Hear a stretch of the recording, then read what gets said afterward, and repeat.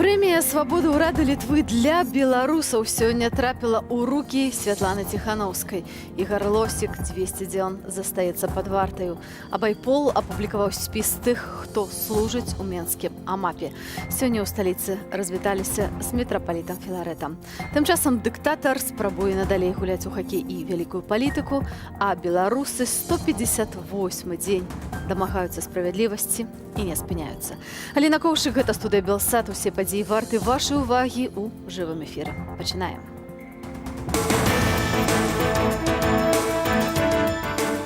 Гэта вялікі гонар, але таксама і напамін для ўсіх. Нам трэба заставацца засяроджанымі і згуртаванымі. І мы пераможам.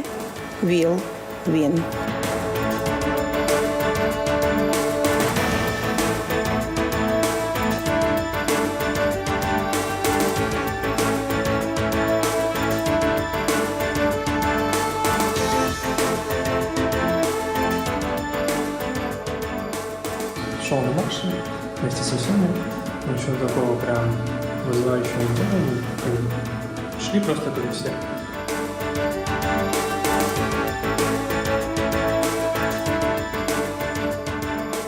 Человек всю жизнь занимается тем, что он собирает информацию и делает свои выводы. Когда за него делают выводы другие люди, человек перестает быть человеком, он начинает быть просто скотиной. Куда поведут, туда и пойдет.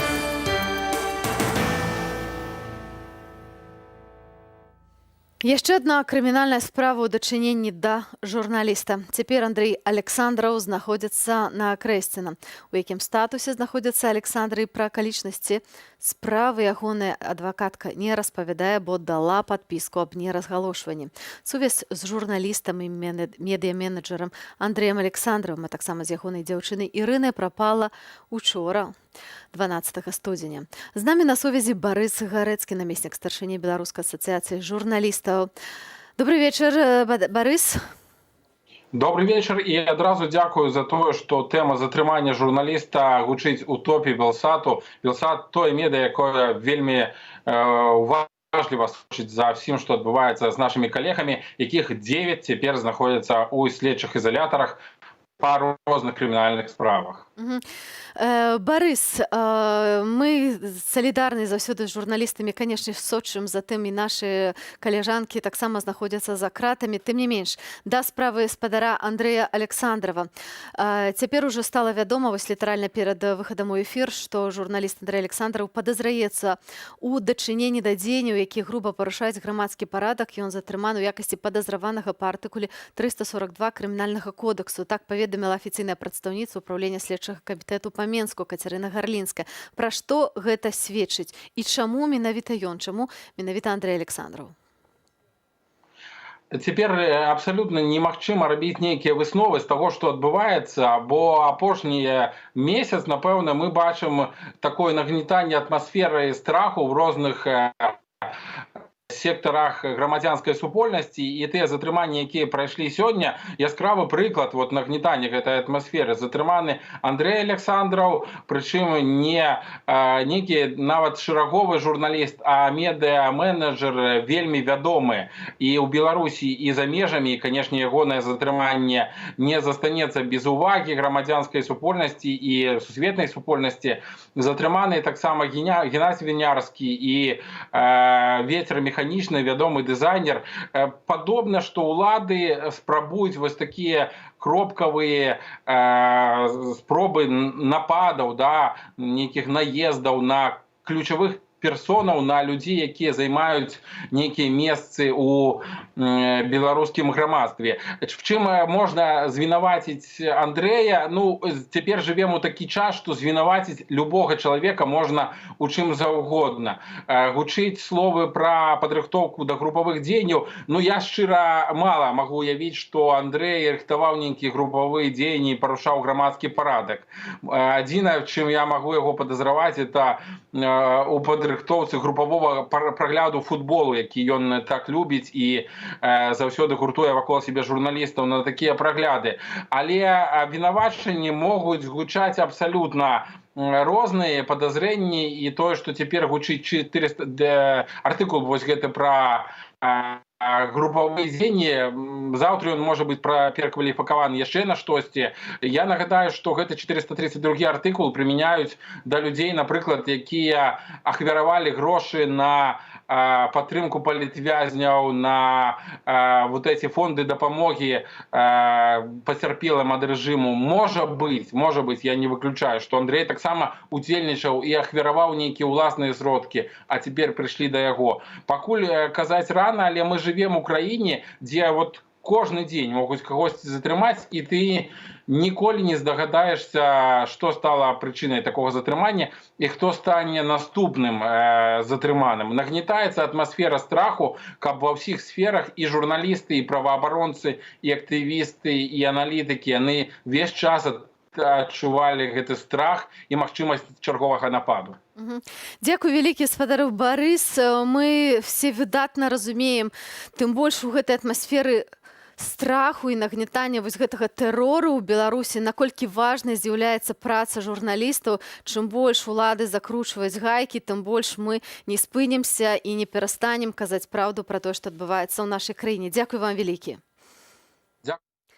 З намі на сувязі з Менску быў Барыс Гарэцкі, намеснік старшыні Беларускай асацыяцыі журналістаў. Тым часам Менскі гарадскі суд адмовіў у задавальненні скаргі адваката Ігора Лосіха. Блогер і адміністратар тэлеграм-канала «Беларусь галаўнога мозгу» застанецца за кратамі. Перад тым вызваліць з-пад варты адмовіўся суд партызанскага раёну Менску. Ігор Лосік знаходзіцца пад варты ўжо 200 дзён, а 30 з іх галадае. Светлана Ціханаўская заклікала блогера спыніць галадоўку пратэсту, але сам Ігар просіць: не трэба ўгаворваць мяне спыніць галадоўку. І, здаецца, і кажа, што я магу сам вырашыць. Мяне паўгода трымаюць у турме незаконна. Ігар Лосік – блогер, адміністратар тэлеграм-каналу «Беларусь галаўнога мозгу». За кратамі Ігар Лосік застаецца з 25 чэрвеня мінулага года. Яго затрымалі дома ў Баранавічах. Следства вінаваціць яго ва ўдзеле ў масавых закалотах, а таксама ў арганізацыі ды падрыхтоўцы дзеянняў, якія груба парушаюць грамадскі парадак. Беларускія праваабаронцы прызналі Ігара Лосіка палітвязнем. Ігар Лосік абвесціў бестэрміновую галадоўку 15 снежня да зняцця ўсіх абвінавачванняў або змянення меры стрымання.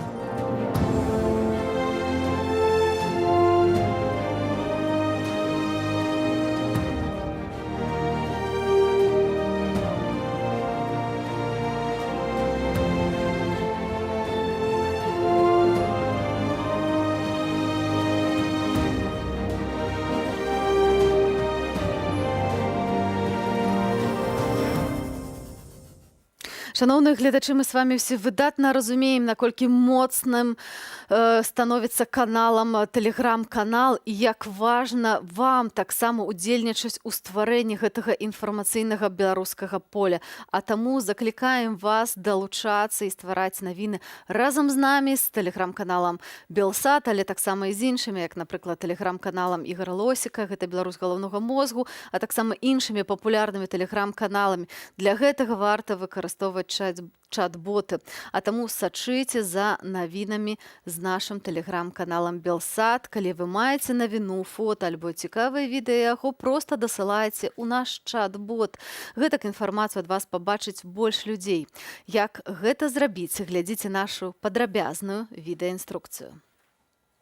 Маеш навіну? Падзяліся з намі праз чат-бота ў тэлеграме. Зайдзі ў тэлеграм. Разгарні канал Белсат і націсні зверху на назву. Абяры Белсат-бот і дашлі паведамленне.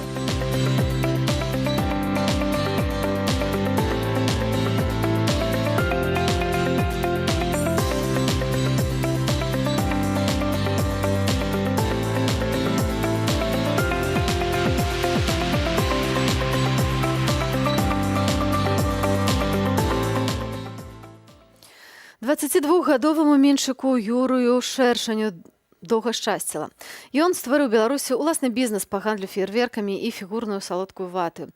А ад самага першага выбарчага вечару пачаў хадзіць на мітынгі нязгодных, бачыў усе жахі першых дзён са стрэламі і выбухамі.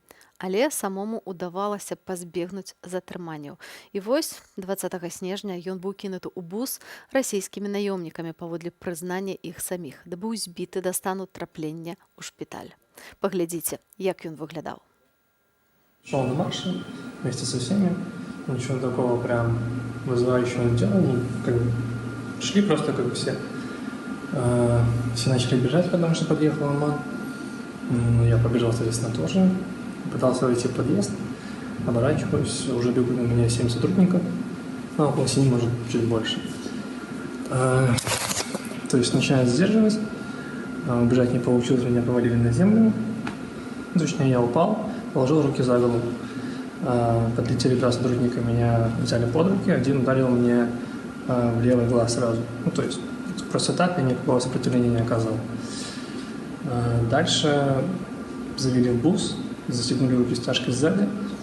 И один держал голову, 2 начали избивать. То есть тоже просто так, видимо, не захотелось. Не понравилось, что я от них отбегал. Потом взяли флаг, его нашли в кармане. Начали душить флагом. Им потом это надоело, видимо, и флаг они завязали мне в косынку и снова начали бить. То есть сбивали, не знаю сколько по времени, может минуты 4. Били только по голове. Вот, приехали в РУВД, то есть нас отвели в спортивный зал, пока мы стояли, пытались попасть по печени, но видимо, плохое знание анатомии, ничего не получилось. Вот. И потом уже отвели на допрос, меня опросили. У меня начался отек на лице, но во что он вырос. После этого вызвали скорую и уже забрали в больницу. Спадар Юрый Шэршань зараз знаходзіцца са мной у студыі. Юрый, добрый вечар, вітаю. Вельмі радая бачыць цябе ў лепшым стане, чым той, які мы бачылі на відэа. Як ты себя зараз адчуваеш? Сейчас все хорошо, то есть прошло, ну, казалось бы, немного времени, но восстановился, то есть уже нет следа от того, что было. Твою гісторыю мы пачулі на відэо. Ты расказаў, як над табой здзекаваліся, як цябе душылі сцягам, заламывалі рукі, як цябе білі адмыслова па галаве. Але ў гэтым відэо не было адной вельмі істотнай рэчы, пра якую мы ведаем. Тыя людзі, якія ўсё гэта рабілі з табой, табе асабіста прызналіся, што яны не беларусы. Можаш падрабязней расказаць пра гэта? Да, то есть, мы ехали в бусе, после того, как они уже закончили меня бить, вот один из них сказал, что, то есть, я из Москвы приехал вам помогать, а вы, уроды, выходите. Типа, чего вам не хватает? Вот. И когда мы приехали в РУВД, тоже мы выходили, и, по-моему, это он же был, судя по голосу, тоже сказал, что молитесь, чтобы вас брал... когда мы здесь будем официально, молитесь, чтобы вас брал белорусский ОМОН, а не мы, потому что мы вас поубиваем просто. Вот, то есть, судя по интонации, я не думаю, что все-таки он врал, потому что он хотел, наверное, просто похвалиться, что вот он как бы из Москвы приехал помогать сюда. То есть, себя чувствую каким-то героем, наверное, что он помогает. Вот. В целом так было. Ну, сведчанне гэтыя словы вельмі важныя ў кантэксце таго, што з'яўлялася інфармацыя пра тое, што ў Беларусі дзейнічае расійскі АМАП альбо нейкія іншыя спецыяльныя сілы, але не так шмат было пацверджанню. Вось, ці акрамя таго, што ён табе сказаў, яшчэ нейкім чынам ты бы мог акрэсліць, што гэтыя людзі сапраўды паходзяць з Расіі, ну, напрыклад, па акцэнце. Да, вы знаете, вот у россиян, у них есть такой акцент, у них мягкое «т». И когда они между собой вели диалог, вот на это я тоже обратил внимание.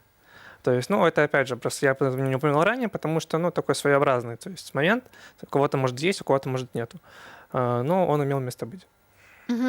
Таксама, наколькі я ведаю, папракалі цябе і казалі пра тое, што людзям за тое, што выходзяць на мітынгі, плацяць грошы.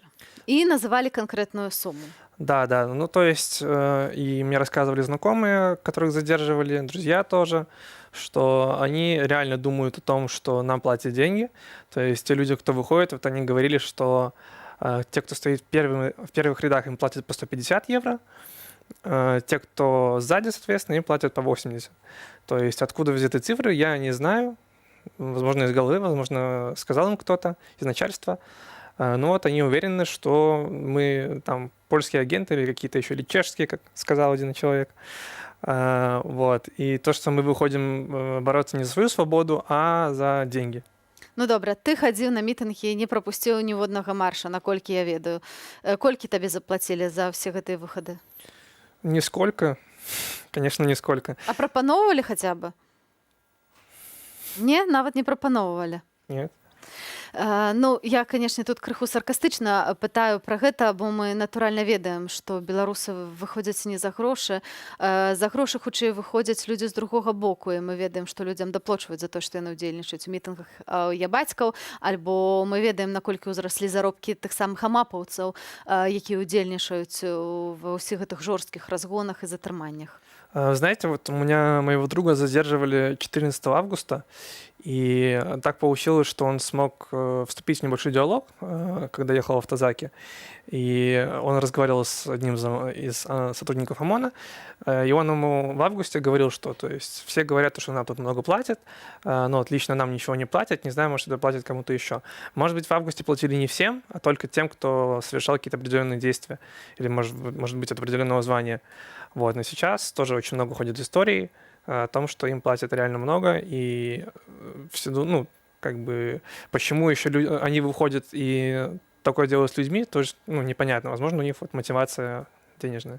Ну і сапраўды тут варта звярнуць увагу на той факт, вот, сведкам якога ты быў, што сапраўды людзі, які прынамсі прызналіся да таго, што яны не беларускія грамадзяне, а расійскія грамадзяны, кажуць пра тое, што сапраўды яны больш жорсткія, так, і здзекуюцца больш жорстка. Я думаю, это потому, что они, ну, по сути, свои наемники, и официально их тут нет, и найти их потом будет очень сложно, и они это прекрасно понимают, они очень хорошо чувствуют свою безнаказанность, так же, как и белорусские сотрудники, и очень активно этим пользуются. То есть они понимают, что ничего не будет, они могут человека убить, избить, что угодно с ним сделать, им ничего не будет. Вот так же, ну, вот самый яркий пример — это Роман Бондаренко, которого убили, и до сих пор нет уголовного дела. Хотя, ну, то есть заявление было от самого, скажем так, бывшего президента, что там будет дело на карандаше, будет расследоваться, но мы видим, что ничего этого нет, и я думаю, не будет. Угу. Тым не менш, справы расследуюцца з іншага боку. Мы ведаем пра ініцыятыву «Байпол», мы ведаем пра адзіную кнігу, дзе збіраюцца ўсе злачынствы рэжыму, і там ужо з'яўляюцца і твары, і прозвішчы, і канкрэтныя людзі, якія робяць злачынствы ў Беларусі, а таму зусім не будзе так, што ўсе гэтыя людзі застануцца безнаказанымі.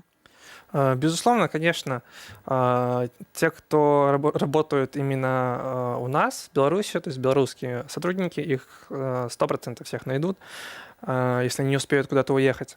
Они 100% понесут наказание заслуженное, но, к сожалению, те, кто все-таки работают по найму, их будет найти сложнее. Но я очень надеюсь, что они тоже свое получат. Дзякуй табе вялікі за размову, жадаю добрага здароўя, вярнуцца да здароўя, ну і распачаць жыццё наноў, так, бо зараз ты знаходзішся ў Варшаве і мусіш пачаць усё занава, але мы спадзяёмся, што зможаш таксама вярнуцца ў Беларусь у хуткай будучыні. З намі ў студыі быў Юрый Шэршань, пацярпелы ад сілавікоў, з якім мы з вамі паразмаўлялі. А цяпер пераносімся ў Літву, якая сёння азначае важную дату сваёй гісторыі — Дзень абаронцаў свабоды.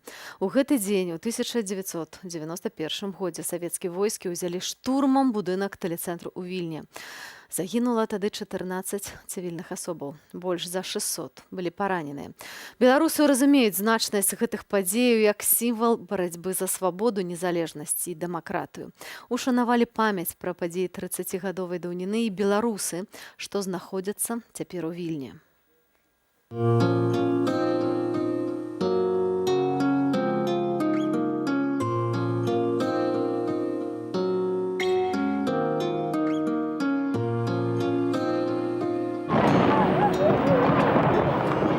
Мы понимаем, что для Литвы это очень важный день. Мы хотим, чтобы быстрее такой же день наступил в Беларуси. Поэтому мы сегодня сюда пришли поддержать эту акцию.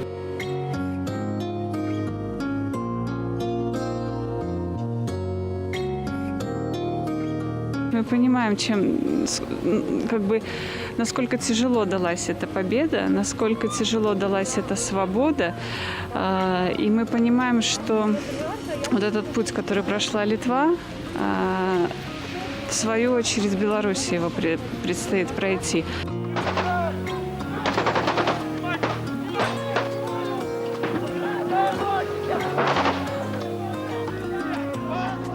Літва так падтрымлівае беларускі народ, мне падаецца зусім не проста так, а таму што літоўцы вельмі добра памятаюць, што адбывалася тут 30 гадоў назад.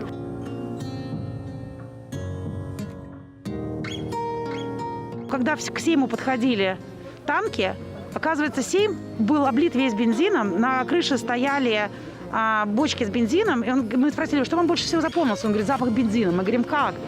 Люди были готовы к бесповоротности, что обратного пути нету. У Литвы был путь, в принципе, в 4 года. И даже от объявления независимости он проходил 17 месяцев до того, как его принял мир.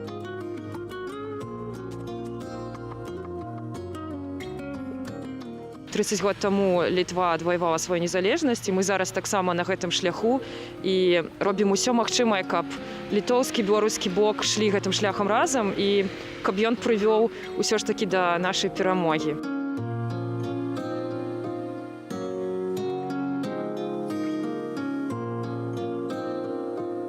В данный момент я думаю, что все-таки важнее показать белорусам, как это все было, напомнить в контексте сегодняшних дней всех этих событий, которые происходят в Беларуси, чтобы показать белорусам, что все возможно. Разбури, турми, мури, прагнеш свободи, то бери. Мур хутка рухне, рухне, рухне і поховає світ старий. Живе Беларусь! Живе! Живе Беларусь! Живе! Лідарка дэмакратычных сілаў Беларусі Святлана Ціханаўская атрымала сёння ад літоўскага ўраду прэмію свабоды. Сёння ў Вільні прайшла урачыстая цырымонія, на якой экс-кандыдатка ў прэзідэнты Беларусі выступіла з прамовай пра важнасць свабоды для беларусаў і літоўцаў. Упрыгожыла ўрачыстасць сваім спевам беларуская оперная спявачка Маргарыта Ляўчук. Вы не адзні. Jūs ne vieni.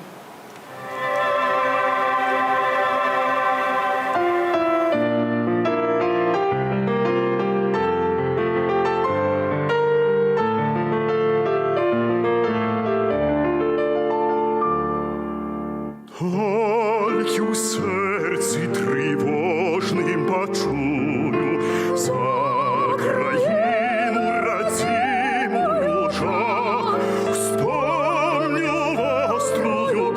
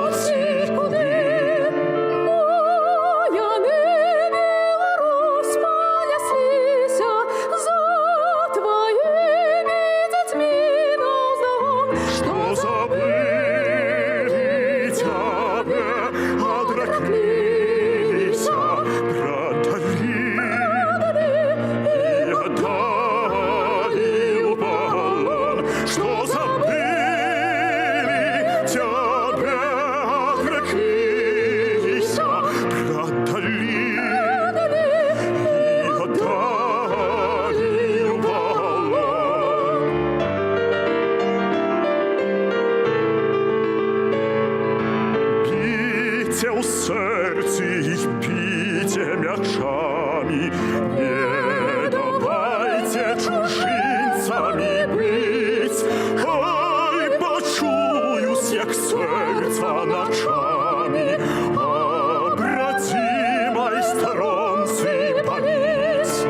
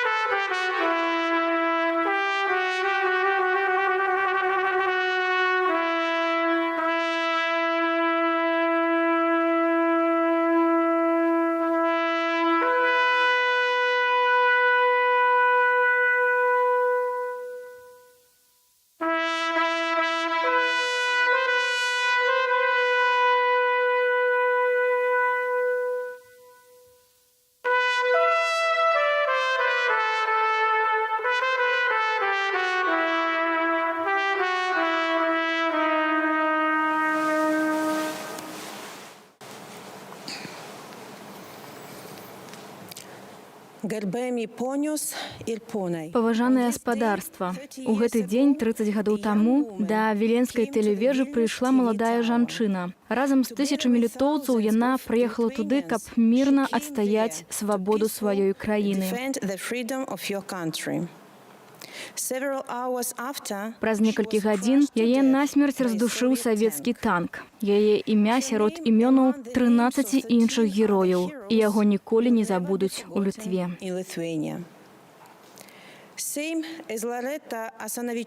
Як і Ларэта Асанавічута, у гэтым годзе беларусы выйшлі на вуліцы, каб вызначыць будучыню сваёй краіны. На жаль, як і Ларэта, некаторыя з іх таксама былі забітыя за гэта мірнае памкненне.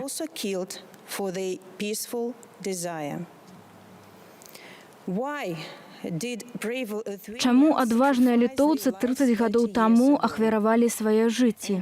І чаму цяпер мільёны беларусаў рызыкуюць жыццём? Прычына простая. Яны адважыліся ісці да свабоды. Рэжым думае, што, ламаючы нас сваімі машынамі рэпрэсій, яны могуць сцерці наш дух свабоды і нашу годнасць. Гэтага не адбылося ў Літве і не адбудзецца ў Беларусі. Дарогі назад няма. Але нам яшчэ трэба будзе пераадолець цяжкасці. І важна ведаць, што мы не самотныя ў барацьбе за дэмакратыю. Мы стагоддзямі адчувалі суседскае плячо Літвы.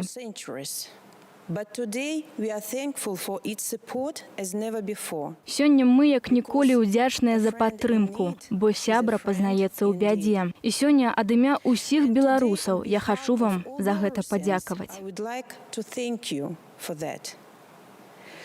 Дзякуем уладам Літвы за прынцыповую пазіцыю і вялікую падтрымку ўсіх беларусаў. Мы адчуваем, што вы побач з намі і ведаеце, мы зробім для вас тое ж самае ў будучыні.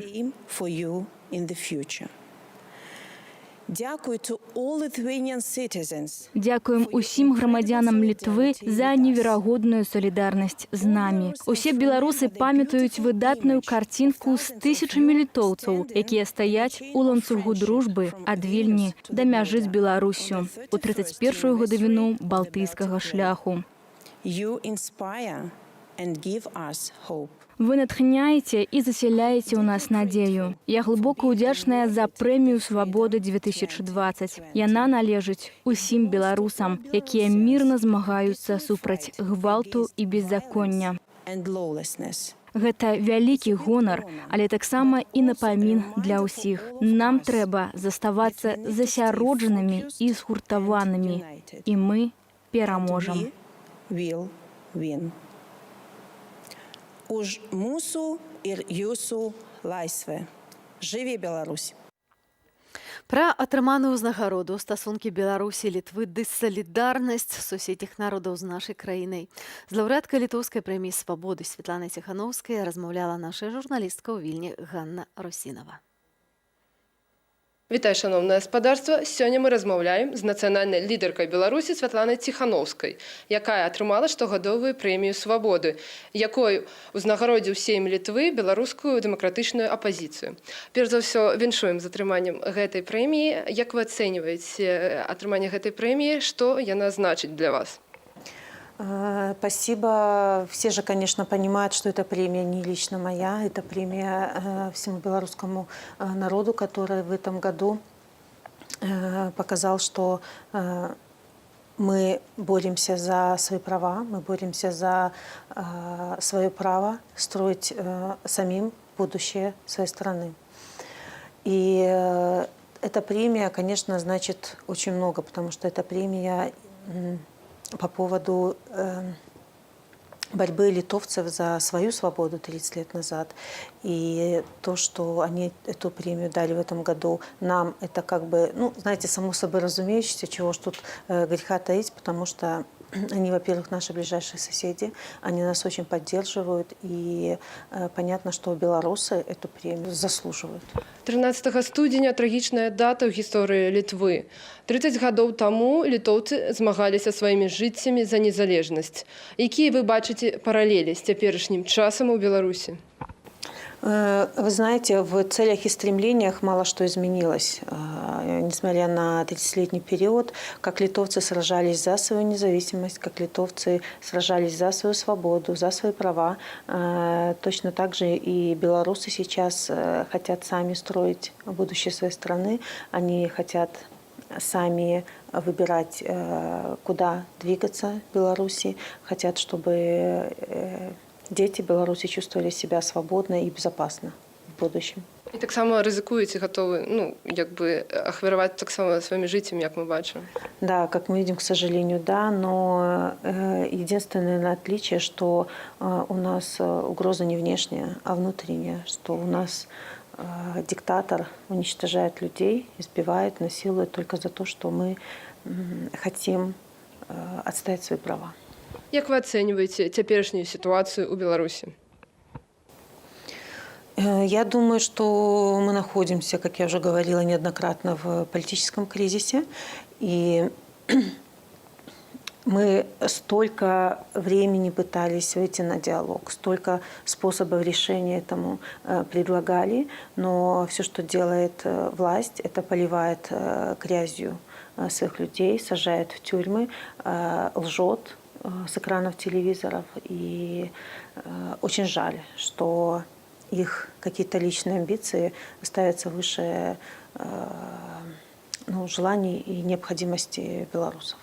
Што зараз трэба самае галоўнае рабіць і якія першачарговыя задачы ставіце перед собой? Бороться. У нас борьба должна продолжаться и набирать обороты.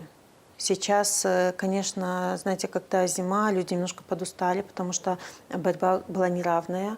У бывшего президента есть, как это так красиво сказать, но его власть – это насилие, да, и он ею пользуется, а люди могут отстаивать свои права только мирным путем. И многие люди в тюрьмах, многие вынуждены покинуть страну. И, конечно, эта борьба неравная. Но нас большинство, и воля людей, она не угасает. Вот это внутреннее неприятие прошлой власти, оно только увеличивается. И люди просто не перестанут бороться, как бы там не хотела нынешняя власть и хотела бы удержать свои позиции, это не получится. Як вы ацэньваеце сустрэчу з міністрам замежных спраў Літвы Габрыэлісам Ландсбергісам? Была очень приятная, позитивная встреча. Вы знаете, он очень понимает, что происходит сейчас в Беларуси, и как и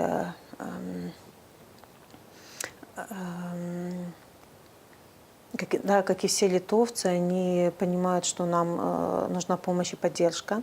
И Литва, конечно, она одна из передовых стран в этой помощи, и у них многие инициативы на национальном уровне. Вот как, например, было предложено изменить название Балтаруссия на Беларусь. Это достаточно существенно для белорусов. И всякие, вот, например, по первый случай расследования пыток в рамках универсальной юрисдикции тоже начался в Литве. Это очень хороший показатель, что нам хотят помочь. И Литва ввела санкции не только на международном уровне, но и на национальном. Они гораздо шире. То есть всячески оказывают помощь и людям, которые вынуждены покинуть страну, всячески содействуют. Это очень, знаете, доказательство от поговорки «друг познается в беде». У нас есть и общая история с Литвой, и нас в беде не оставят, больше чем уверена. И литовцы должны понимать, что точно так же и белорусы будут относиться и в будущем, когда мы станем демократической страной, к Литве. Ці казалі вы пра санкцыі супраць Беларусі, якія таксама наносяць шкоду для Літвы, напрыклад, санаторый «Беларусь». Як на гэтую праблему глядзяць літоўскія ўлады? Вы знаете, их вопрос этот тревожит на том уровне, что они должны помочь людям. Конечно, люди оказались заложниками ситуации, но судя по тому, как Литва помогает белорусам в нашей непростой ситуации, то своих людей они точно не оставят в беде, они делают все возможное, чтобы вот эту вот ситуацию, сделать все возможное, чтобы люди не пострадали. Так само клапоціцца пра сваіх грамадзян? Ну, конечно, это естественно, да. А вось, калі можна чакаць у Беларусі еўрапейскую вакцыну і ад чаго гэта можа залежаць? Вы знаете, вопрос вакцинирования белорусов очень-очень важный. Мы понимаем важность прежде всего для медиков. И этот вопрос обсуждался, и мы понимаем, что могут возникнуть непреодолимые препятствия в виде, например, запрета нынешней, пускай нелегитимной, но да, вот власти в Беларуси. Они просто могут не пойти на уступки и не принять эту вакцину. Это, конечно, не забота о людях, это забота о своем видимом авторитете. Но если они не примут, то это докажет еще раз в очередной, что власти без разницы на своих людей, да. А если примут, то это большой плюс медикам, и мы к этому и стремимся на самом деле. Вот именно в этом вопросе уже не до политики, это вопрос здоровья, прежде всего врачей. А ці нейкая гаворка про конкретные даты, термины ішла? Пока нет. Не могу ничего конкретного сказать по этому поводу. Чекаю. Да. Добре. Дякую за розмову. Да, спасибо большое. А я нагадаю, сьогодні ми розмовляли з національною лідеркою Білорусі Світланою Тихановською. Ганна Русінова, Белсат, Вільня. Прайшло 2 месяцы, як Рому забілі. Навінаў няма. Сестра Романа Бандарэнкі Вольга Кучеренко напісала ў сацыяльнай сетцы, што Генпракуратура працягвае праверку абставінаў смерці Романа Бандарэнкі, які быў забіты 12 лістапада. Але падставу для завядзення крымінальнай справы няма. Супрацоўнікі пракуратуры апыталі сведку выкрадання і ўжо высветлілі пра Бандарэнку амаль усё. Дзе вучыўся, у які садок хадзіў, які адносіны ў яго былі з людзьмі, які нават быў любімы алкагольны напой, і нават пыталі, ці ведаюць сваякі паролі ад яго гаджетаў. Увечары 12 студзеня сілавікі затрымалі людзей, які выйшлі на акцыю памяці Романа Бандарэнкі у двары пераменаў, дзе ён жыў. З намі на сувязі сестра Романа Вольга Кучеренко. Спадарыня Вольга, добрый вечар. Здравствуйте. Дазвальце зацытую ваши словы. Няма ні дня, каб я не думала пра яго. Амаль кожнае сваё дзеянне я суправаджаю думкамі пра Рому. Так вы напісалі. Вось раскажыце, як выглядае сітуацыя на сённяшні дзень. Мы ведаем, што крымінальнай справы дагэтуль няма. Як тлумачыцца Генпрокуратура? Вы знаете, в последнее время мы с ними вообще достаточно мало контактируем, потому что, наверное, где-то полмесяца назад или даже, может, месяц назад они прислали нам несколько отказов по нашим просьбам, ходатайствам. Вот. Там был отказ в ознакомлении с результатами судмедэкспертизы, в ознакомлении с... По-моему, был запрос в Центральное РУВД с камер видеонаблюдения. Мы хотели ознакомиться на то время, когда Рома туда поступал, что происходило. Нам тоже поступил отказ. Вот несколько отказов нам поступило, и после этого, в принципе, уже ни тетю, ни жену Ромы не вызывали в Генпрокуратуру, и мы как бы с ними, в общем-то, не общаемся. Вот, поэтому последнее, что как бы вообще было от них, что как бы нет у них пока оснований для возбуждения уголовного дела. Вот, и вот эти отказы. Угу. В общем-то, такого ничего. Спадарня Вольга, а ці, быць можа, вы спрабуеце правесці нейкае альтэрнатыўнае расследаванне таго, што адбылося?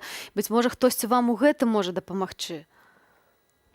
Возможно, мы будем рассматривать такую альтернативу. То есть сами со своей стороны мы, естественно, максимальную информацию собирали и собираем по сей день, потому что, естественно, как бы не все удается узнать. Вот, то есть мы пытаемся много чего узнать. Того, что нам непонятно еще на какие-то моменты. Вот. Альтернативное, в принципе, какие-то такие идеи закидывали нам, но мы как бы пытаемся в первую очередь использовать все возможности, которые есть у нас в стране. Если как бы нам здесь никто не хочет помогать и идти навстречу, то, возможно, мы будем рассматривать. Я пока не знаю, потому что как бы, это и не я решаю. Угу. Ну, зразумела. Пакуль мы бачым, што канца няма і агулам дзеянняў няма, сабраныя доказы, сведчанні сведкаў, але крымінальная справа дагэтуль прайшло 2 месяцы. Няма. Дзякуй вялікі. З намі на сувязі была Вольга Кучеренко, стрэчная сестра забітага Романа Бандарэнкі. Тым часам мы запыталі на вуліцах Менску, як менчукі ставяцца да дэанамізацыі супрацоўнікаў АМАПу, ці гэта можа неяк паўплываць на паводзіны праваахоўнікаў у Беларусі. Давайте разам паслухаем адказы. Человек всю жизнь занимается тем, что он собирает информацию и делает свои выводы. Когда за него делают выводы другие люди, человек перестает быть человеком, он начинает быть просто скотиной. Куда поведут, туда и пойдет. А человек, который получает информацию и умеет научиться их делать, это именно то, что нам нужно на сегодняшний день. А ці спыніць гэта дзейнасць сілавікоў, якія цяпер адбываюцца? Если они имеют мозги и смогут понять, к чему это все их приведет, конечно, должно спынить, потому что человек еще думает о том, что он будет делать завтра, и где он живет, и кто его окружает, и что о нем думают. Я лічу, што гэта рабіць трэба. Але у гэтай абстаноўцы дасць нейкі гэта сэнс ці не, невядома. А почему нужно ОМОН останавливать? ОМОН стоит на страже государства. И меня. Да. Любимый. Мы считаем именно так.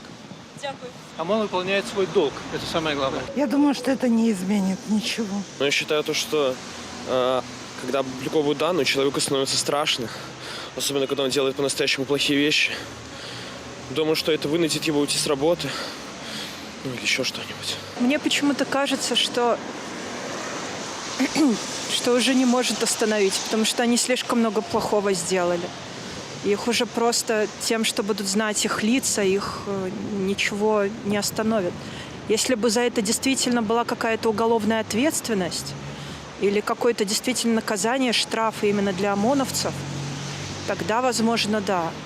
А на данный момент просто из-за того, что все будут знать их лицо, ну, я думаю, если бы у них была совесть, они бы изначально не сделали того, что они сделали. Я думаю, это нарушение прав человека, прежде всего. Я считаю, что это плохо. На самом деле, они такие же люди, у них есть семьи, дети. Это вызывает только больше агрессию в народе, противостояние.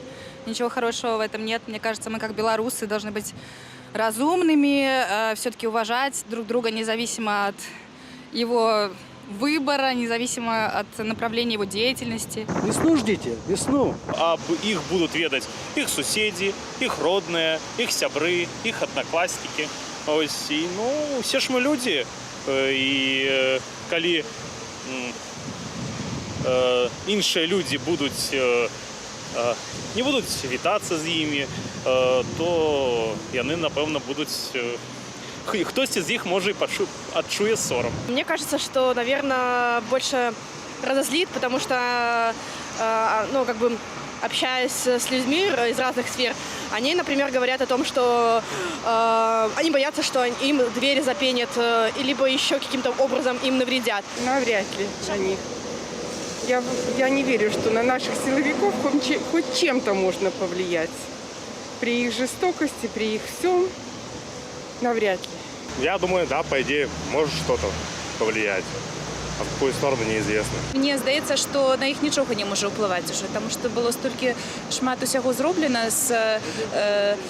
зі сторони наших білорусів, але ж гэта люди, я не знаю, можна їх так звати, ось, не ведаю, що сказати ще, тому що душа болить. Сапраўды, шановнае гаспадарства, душа баліць. Я толькі дадам кароткую рэмарку. Вось мой сённяшні госць Юрый Шэршань забыўся, альбо проста мы не паспелі дадаць адну важную рэч. Я перадаю ягоныя словы. Ён сказаў, што паводле ягонага досведу вельмі важна падчас вось гэтых маршаў, пратэсту не ўцякаць ад так званых сілавікоў.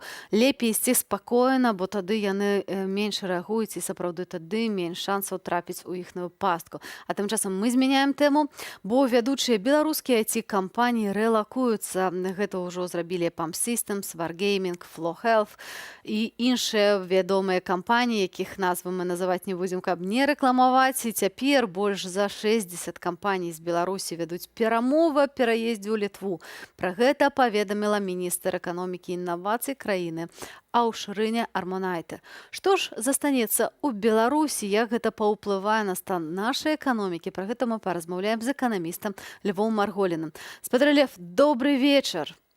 Добрый вечар. З Беларусі выязджаюць людзі, але таксама ўцякае бізнес. Наколькі катастрафічна гэта можа быць у наступствах для нашай эканомікі? Это вельмі дрэнная сітуацыя, і яна дрэнная з двух бакоў. Па-першае, тое, што сыходзяць прадпрыемствы, якія прыносілі ў нашу краіну валюту, і з кожным годам гэтай валюты станавілася ўсё больш. Гэта першая рыса. А другая – гэта то, што губляецца інвестыцыйны клімат. Тое, пра што яшчэ, скажам, год ці два таму Лукашенко казаў, вось у нас тут такі добры інвестыцыйны клімат, скора да нас тут хутка будуць чэргі выстрайвацца. Вось калі хтосьці з інвестараў чуе, што кампаніі шукаюць прытулак у нейкіх другіх краінах, то яны 10 раз падумаюць, ці варта ім ісці ў нашу краіну. І мы застаемся з дзяржаўнымі прадпрыемствамі, большасць з якіх збытковыя або нізкарэнтабельныя. Ну, давайте яшчэ раз вернемся сапраўды да гэтых кампаній IT. Ну, калі б вось параўнаць па вазе, наколькі, ну, як шмат важыць у нашым ВУПе вось гэтыя айцішныя кампаніі, якія зараз развітваюцца з Беларусю? Ну, на сённяшні дзень іх вага не такая ўжо вялікая была, але тут, напэўна, больш важна іншая акалічнасць. Першае, гэта іх прадукцыйнасць працы, а яна ў разы, нават зачастую дзесяткі разоў вышэйшая, чым, скажам, на традыцыйных прадпрыемствах. А па-другое, гэта наша будучыня. Пройдзе 5 гадоў, 10 гадоў, я не ведаю, ці застануцца ў нас, скажам, МАЗ ці трактарны завод, бо гэта ўсё ж такі прамысловая вытворчасць, якая зараз часцяком пераходзіць скажам, у страны трэцяга свету. А будучыня ўсё ж такі за новымі тэхналогіямі, якія неразрыўна звязаны з IT. Бо калі мы будзем гаварыць пра новыя галіны прамысловасці, яны таксама звязаны з інтэрнэт-тэхналогіямі. І калі у нас не будзе вось гэтай вот то, что мы так развивали, скажем, 10 гадоў, нават трохі больш, то мы не можем разлічваць на тое, што у нас будуць нейкія іншыя сучасныя тэхналогіі. Ні фармацэўтыка, ні біятэхналогіі, ні 3D-мадэліраванне, нічога гэта немагчыма без інтэрнэт-тэхналогій. Наколькі істотным вось ва ўсім гэтым працэсе з'яўляецца факт, што з 2021 года паднялі таксама падаходны падатак для рэзідэнтаў. Вось. Ці гэта таксама нейкі істотны, ці ўсё ж такі самае галоўнае гэта тое, што гэта палітычны клімат нашай краіны, які не дае спакойна і нармальна працаваць вялікім бізнес-кампаніям? Ведаеце, вось то, што паднялі гэты падатак падаходны, само па сабе гэта можа і не вельмі так будзе важна для нашых праграмістаў, скажам. Але гэта паказчык. Гэта менавіта палітычнае дзеянне, гэта помста, бо гэта нічога не дае ні дзяржаве гэтыя 4%. Это, ну, дробязь. Але гэта паказчык сітуацыі, паказчык адносінаў да гэтых прадпрыемстваў. І вось гэта самае галоўнае. Любы, хто, яшчэ раз паўтаруся, любы інвестар, ён будзе бачыць, як дзяржава адносіцца да гэтых галін эканомікі. І для яго гэта будзе дастаткова. Ну і яшчэ апошняе пытанне, якое сёння хочу вам задаць, якое тычыцца інфляцыі. Вось Беларусь скончыла 2020 год з найвышэйшым паказнікам інфляцыі за апошнія 4 гады. І гэты паказнік склаў 7,4%. Пра што гэта сведчыць? І што чакае нас у гэтым годзе? Я думаю, што нічога добрага нас у гэтым годзе не чакае. Я нагадаю, што за 2020 год насельніцтвам куплена 10 мільярдаў даляраў, а прадана толькі 8 мільярдаў. Гэта значыць, што насельніцтва стала нетта-пакупніком валюты. Я думаю, што гэта тэндэнцыя будзе працягвацца, а гэта значыць, што будуць даражаць тавары, перш за ўсё спачатку імпартныя тавары, а калі ўлічыць, што імпартны складнік у нас ёсць амаль ва ўсіх таварах, нават, скажам, у выпечкі хлеба, то будуць паступова даражаць і іншыя тавары. Я думаю, што ў 2021 годзе мы ўбачым не 7%, а як мінімум 10%, але можа нават яшчэ і больш. Але вось як гэта інфляцыя даб'ецца на кішэнях, ну, звычайных беларусаў, так?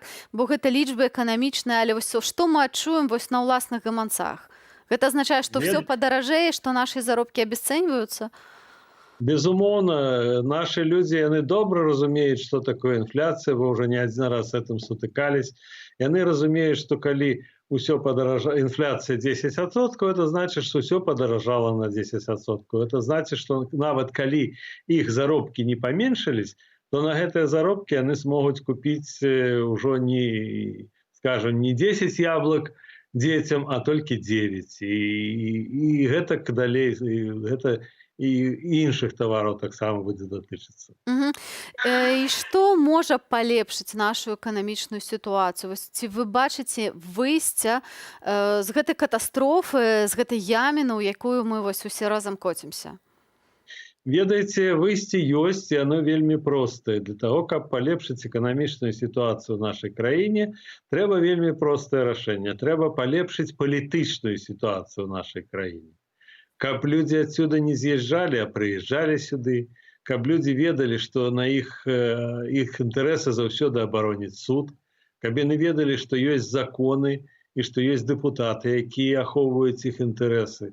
Гэта вельмі проста рашаецца, гэта не нейкая высшая матэматыка, дзесяткі краін праз гэта праходзілі, і я спадзяюся вельмі, што Беларусь таксама ў 21 годзе, па меншай меры уступіць на гэты шлях. Спадарожны Леў, дзякуй вам вялікі, дзякуй вам за гэтую надзею, з якой вы нас сёння пакідаеце. З намі на сувязі быў Лев Марголін, эканаміст. Усяго вам добрага. А я, шановное спадарства, хочу вам яшчэ расказаць, што ідуць да нас маразы ад заўтрашняга дня, будзе назірацца выразнае пахаладанне, таму беражыце сябе, апранайцеся на прагулкі цёпла. Я, Аліна Коўшык, дзякуй вам за ўвагу, за гэтую гадзіну, якую мы правялі разам з вами. Гэта была студыя Белсат, я з вами развітваюся і зычу добрага вечара.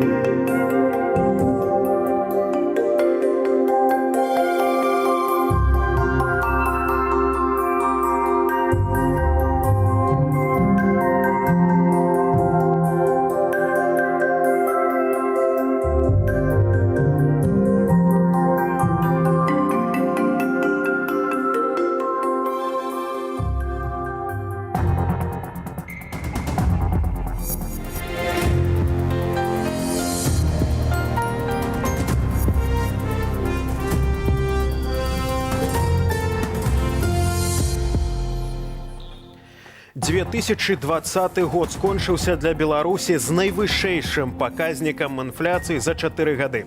Гадзіна 21. У студыі Кірыл Смяглікаў і пра галоўныя навіны дня ўжо вашай увазе. Абсурдные штрафы пенсионерам. Вот такое впечатление, что они живут в своем каком-то иллюзорном мире, который совершенно не стыкуется ни по каким параметрам с реальной жизнью. Байпол опубликовал спис службоўцаў Менскага МАПу. Если они имеют мозги и смогут понять, к чему это все их приведет, конечно, должно спынить. Добра жилося! Коза на шодрыкі ў Гомлі. Каб моя коза встала, треба ёй накусоцца! Усе гэтыя дні праходзілі суды над пенсіянерамі, затрыманымі на маршы мудрасці 14 снежня. На гэты раз пабіты рэкорд. Самай пажылой асуджанай жанчыне сёлета спаўняецца 90 гадоў. Суд пакараў яе штрафам, а разам з ёй асуджаная і яе дачка, што мае 68 гадоў. Пра судовую машыну, для якой не існуе логікі, Алена Дубовік. Валерыі Смірновай 89 гадоў. За ўдзел у маршы яе аштрафавалі на 810 рублёў. Пакаранне яна называе абсурдным і параўноўвае яго з прысудам свайму бацьку, расстралянаму як вораг народу ў 1941 годзе. Дискриминация руководителей ВКПБ советского правительства. Мне кажется, что даже копию снял кто-то с моего вот этого письма. Потому что, все такое. Это мне сегодня дали 700 рублей штрафа за что? За что, я не понимаю. Аналагічным чынам сёння пакаралі і ейную 68-гадовую дачку Людмілу. Пастанова такая ж – 810 рублёў штрафу. Это не приговор, это какая-то вообще у них там цех штамповки, скажем так, приговоров. Вот такое впечатление, что они живут в своем каком-то иллюзорном мире, который совершенно не стыкуется ни по каким параметрам с реальной жизнью. Пенсіянеры масава ўдзельнічаюць у пратэстах з жніўня. Праваабарончы цэнтр «Вясна» ведае, прынамсі, пра 300 пенсіянераў, прыцягнутых да адказнасці паводле артыкулаў 23.34 і 23.4. Рэпрэсіі сталі больш жорсткімі ў лістападзе, калі караць сталі і сотнямі. Пастановаў на арышт не менш за 100. Максімальная колькасць сотняў прысуджаных пенсіянераў – 22. Умовы ўтрымання ў изолятары пенсіянеры называюць жорсткімі. Я вот посмотрела, кто со мной в камере находился. Молодые, зрелые женщины. Мы делились, мы знаем, что такое счастье, пакетика чая на 10. Когда я вот через это все прошла, ИВС, ЦИП побывала, Барановичи, абсолютно оно не повлияло на меня в каком плане, что я была, в принципе, я была к этому готова. Абвінавачванні будуюцца на паказаннях міліцыянтаў, якія выступаюць праз скайп і не называюць сваіх прозвішчаў. У такія суды трапляюць самыя розныя пажылыя асобы. Гэтак у панядзелак пакаралі штрафам на 810 рублёў 60-гадовую вядучую навуковую супрацоўніцу Акадэміі навук. Георгію Шадурскаму 83 гады. Ён кандыдат тэхнічных навук і мае 15 патэнтаў на вынаходствы ў галіне электроннага машынабудавання. А цяпер і штраф на 405 рублёў. Они не могут запугать, когда рядом такие сборы людей. Это же сотня тысяч. Это много. Что будет требовать народ, я буду точно так же вести себя. Усе пенсіянеры, з якімі мы пагаварылі, выходзяць на маршы, бо лічаць, што на прэзідэнцкіх выбарах скралі іхныя галасы. У меня в голове не было этого, чтобы за Лукашенко голосовать. Он же врет на каждом шагу. Говорит одно, а делает другое. Разве так можно? Сёння на 30 і 25 базавых аштрафавалі пенсіянерак Ванду Кучынскую і Вікторыю Дмітрыеву. Абедзве жанчыны нарадзіліся 9 траўня 1945 года. Алена Дубовік, Белсат. Наши гледачы ўжо сабралі больш за 1600 рублёў, каб аплаціць штраф пенсіянеркам. Сям'я просіць спыніць збор і перадае ўсім многа цёплых словаў за падтрыманне. Тым часам знайшоўся журналіст Белапану Андрэй Александраў, які з учорашняга дня перастаў выходзіць на сувязь. Раніцай ён знаходзіўся ў кастрычніцкім Менску. Пра гэта паведамілі дырэктару кампаніі «Белапан», які прыехаў пісаць заяву аб знікненні Александрова. Адвокат поехала в РОВД, и там стало известно, что Андрей уже не в РОВД, а в изоляторе временного содержания, и он проходит по уголовному делу, которое ведет управление Следственного комитета по городу Минску. Вот пока вся информация, которая известна. Кацярыны Гарлінскай, прадстаўніцы ўпраўлення следчага камітэту, Александраў затрыманы ў сувязі з датычнасцю да дзеянняў, якія груба парушаюць грамадскі парадак на тэрыторыю Менску. На дадзены момант яго статус падазраваны. Акалічнасці затрымання журналіста невядомыя. Андрэй Александраў перастаў выходзіць на сувязь учора. Каля 14 гадзіны разам з Андрэем затрымалі ягоную дзяўчыну. Яны абодва цяпер знаходзяцца на Акрэсціна. У Віцебску абласны суд сёння разглядаў скаргу Алены Шабуні. Журналістку пакаралі за сюжэт, прысвечаны ксяндзу Юрыю Вільку, якога ўлады Беларусі выслалі з краіны. Насамрэч яго выгналі за тое, што гэты чалавек выказваўся у адносінах да падзей, якія адбываюцца зараз у Беларусі, і ён казаў праўду аб тым, што гвалт не можа існаваць у краіне. За гэта яго выгналі. Мяне пакаралі за тое, што я расказала праўду і паказала сітуацыю, якая зараз адбываецца ў краіне. Суддзя Святлана Іванова выдаткавала на разгляд справы ўсяго некалькі хвілінаў ды пакінула пастанову суда Першамайскага району Віцебску без зменаў. За сюжэт для нашага тэлеканалу Алену Шабуня мусіць сплаціць штраф памерам 35 базавых велічынаў або 945 рублёў.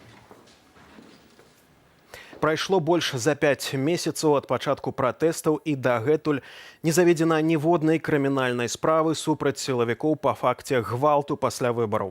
Каб не згубіць удзельнікаў крывавых расправаў, арганізацыя «Байпол» сёння апублікавала спіс супрацоўнікаў менскага АМАПу з асабістымі нумарнымі знакамі. Хто патрапіў у пералік, ведае Діяна Радкевіч.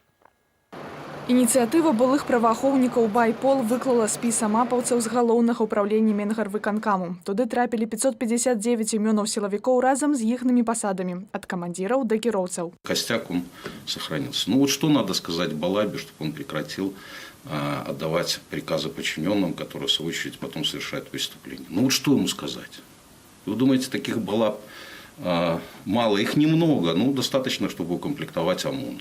У спісе каля кожнага прозвішча пазначаны ягоны апазнавальны нумар. Сілавік на экране з Менску выходзіць у першую роту, другі ўзвод. Узводы складаюцца з 10-20 чалавек. Таму, калі не атрымаецца ідэнтыфікаваць злачынцу, то можна пазнаць суудзельніка ці сведку, які панясе крымінальную адказнасць, калі не данясе аб злачынстве. Гэта спросціць судовыя працэсы над імі ў будучыні, але ці зматывуе амапаўцаў сысці зараз? Уже не может остановить, потому что они слишком много плохого сделали. Если они имеют мозги и смогут понять, к чему это все их приведет, конечно, должно спынить. Они под защитой. Как оно идет, так оно и будет идти. Ничего особо не изменится. Весну ждите, весну. Я лічу, што гэта рабіць трэба. Але у гэтай абстаноўцы дасць нейкі гэта сэнс ці не, невядома. Некаторыя мінчукі выказалі думку, што распаўсюджваць асабістыя звесткі нельга. У нас другая ситуация, и мы не можем подходить с точки зрения правового государства, потому что у нас правоохранительные органы превратились в карательные. Яшчэ адна новая форма ідэнтыфікацыі сілавікоў сёння – сайт blackmap.org. Гэта мапа з імёнамі, адрасамі ды нумарамі супрацоўнікаў МУС. У некаторых нават пазначаныя кантакты і месца працы родных, аўтамабілі ды пашпартныя звесткі. Діяна Радкевіч, Белсат. Ну, мы працягваем аб'ектыў да іншых тэмаў. У Свята-Духавым кафедральным саборы Менску вернікі развітваюцца з мітрапалітам Філарэтам. Ганаровы патрыяршы экзарх уся Беларусі памёр учора у адной са сталічных клінік на 86-м годзе жыцця. Афіцыйнай прычыны смерці не паведамляюць, але вядома, што 16 снежня мітрапаліта шпіталізавалі з прыкметамі каронавірусу. Пасля дыягназ пацвердзіўся.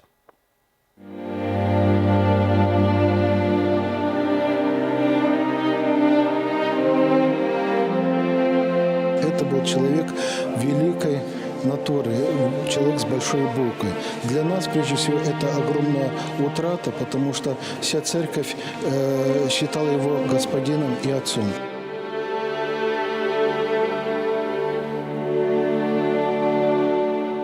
Я думаю, что в историю он войдет как богослов, как дипломат и человек, который любые проблемы решал любовью.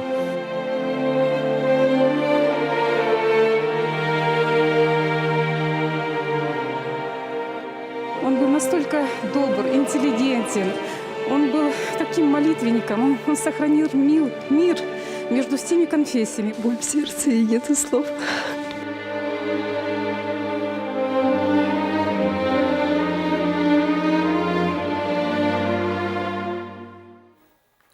Кіраўнікі шэрагу раёнаў Віцебскай вобласці вырашылі бясплатна аддаць будаўнічыя аб'екты, якія цяпер у занядбаным стане.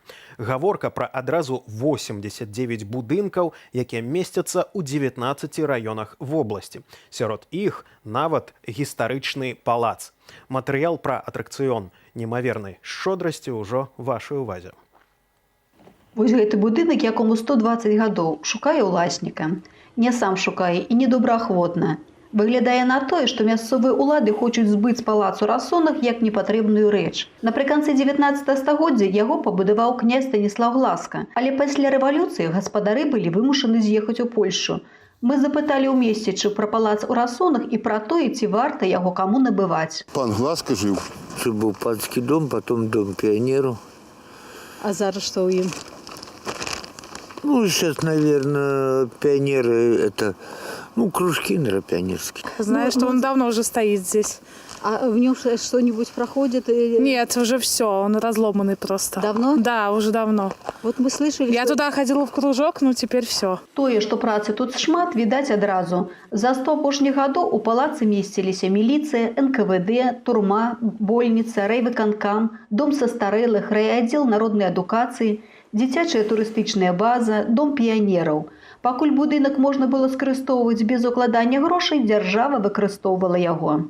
Калі патрэбныя фінансы, то дзяржава не можа знайсці магчымасць гэты палац адрамантаваць. Калі будзе вяршэнства закона, то знойдуцца таксама і тыя мецэнаты, добрыя людзі, якія захочуць гэты палац адрамантаваць, і будзе ён выкарыстаны для агульнага дабра. Агулам у Расонскім раёне 5 аб'ектаў, якія ўлады гатовы аддаць дарма, каб толькі знайшліся людзі, якія будуць у іх укладаць грошы. А вось у Глыбоцкім раёне сталіся непатрэбнымі 11 аб'ектаў, сярод якіх будынак кляштару кармелітаў у Глыбокім, які мае гістарычна-культурную каштоўнасць. У савецкі час тут быў цэх перапрацоўвання малака. Пасля будынак быў закінутым, і апошнія 30-40 гадоў у ім працякаў дах. Шмат хто лічыць, што калі б у свой час дах адрамантавалі, то будынак і сёння быў бы ў добрым стане. Аднавіць яго умацаваць, канешне, можна, але гэта, хутчэй за ўсё, не на $1 мільён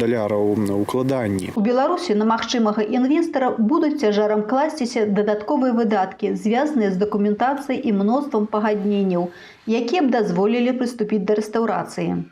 Алёна Шабуні, Зміцер Лупач, Белсат. Шчодры вечар, добры вечар. Так нашыя продкі віталі гаспадароў падчас калядавання. Вечар напярэдадні Новага года паводле старога стылю называлі шчодра або шчодрыкі.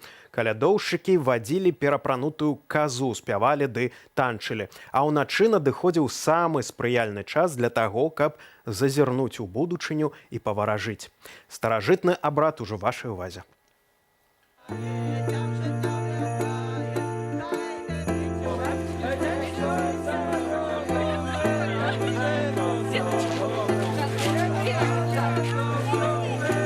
Добре жилося, там гроші возять, добре пілося. Давайте поднимем косу, коза напилася, Каб моя коза встала, треба їй накусотися.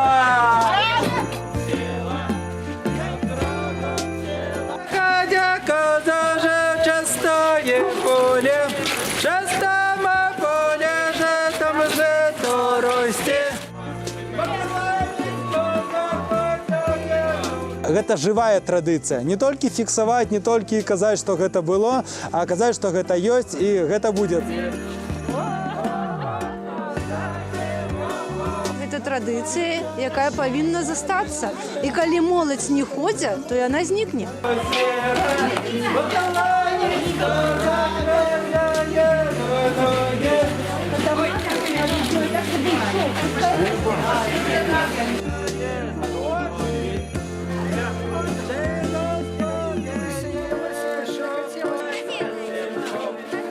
Дай потрогать. Ой, боже, боже.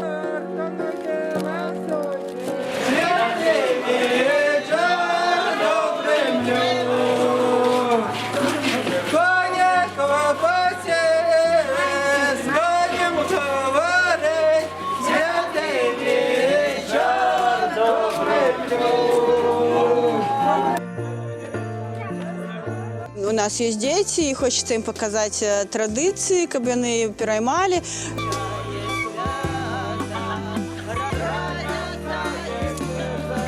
Добрый вечер, пане, пане господа, ладуйся. Больш рознай інфармацыі шукайце ў нашым тэлеграм-канале. А адразу пасля аб'ектыву глядзіце праграму «Размова». Які выхад з беларускага палітычнага тупіка? Пра гэта распавядзе госць праграмы аналітык Украінскага інстытуту будучыні Ігар Тышкевіч.